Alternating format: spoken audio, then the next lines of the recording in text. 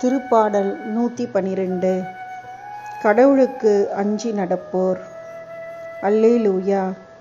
ஆண்டவருக்கு அஞ்சி நடப்போர் பேறு பெற்றோர். அவர் தம் கட்டளைகளில் அவர்கள் பெருமகிழ்வு அடைவர். அவர்களது வழிமரபு பூ உலகில் வலிமை மிக்கதாயிருக்கும். நேர்மையுள்ளோரின் தலைமுறை ஆசி பெறும். சொத்தும் செல்வமும் அவர்களது இல்லத்தில் தங்கும்.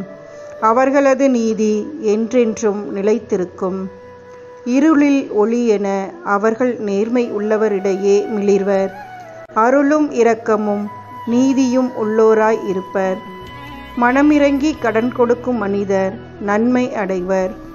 அவர்கள் தம் அலுவல்களில் நீதியுடன் செயல்படுவர். எந்நாளும் அவர்கள் அசைவுறார். நேர்மையுள்ளோர் மக்கள் மனதில் என்றும் வாழ்வர்.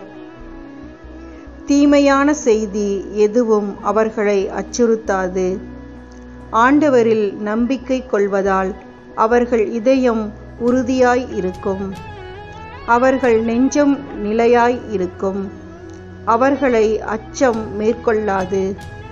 இறுதியில் தம் எதிரிகள் அழிவதை அவர்கள் காண்பது உறுதி. அவர்கள் வாரி வழங்கினர், ஏழைகளுக்கு ஈந்தனர்.